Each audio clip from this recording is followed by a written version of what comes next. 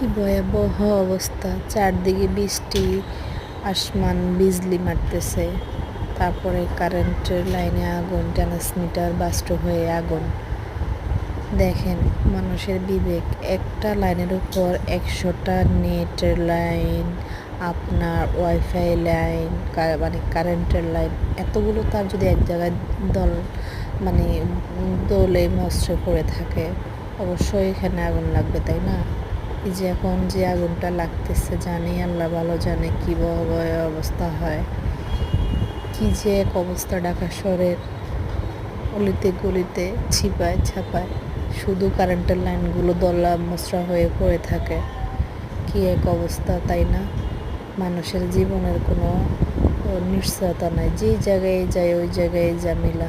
আল্লাহ আপনি হেফাজত করেন। চারদিকে যেমন আসমানে বিজলি মারতেছে, বৃষ্টি, তারপরে আবার ট্রান্সমিটার ফুটে, কারেন্টের লাইনে আগুন। আল্লাহ আপনি সবাইকে হেফাজত করুন, সবাইকে নিরাপদ রাখুন। আল্লাহ আপনি এই বিপদ থেকে রক্ষা করুন সবাইকে, আমিন।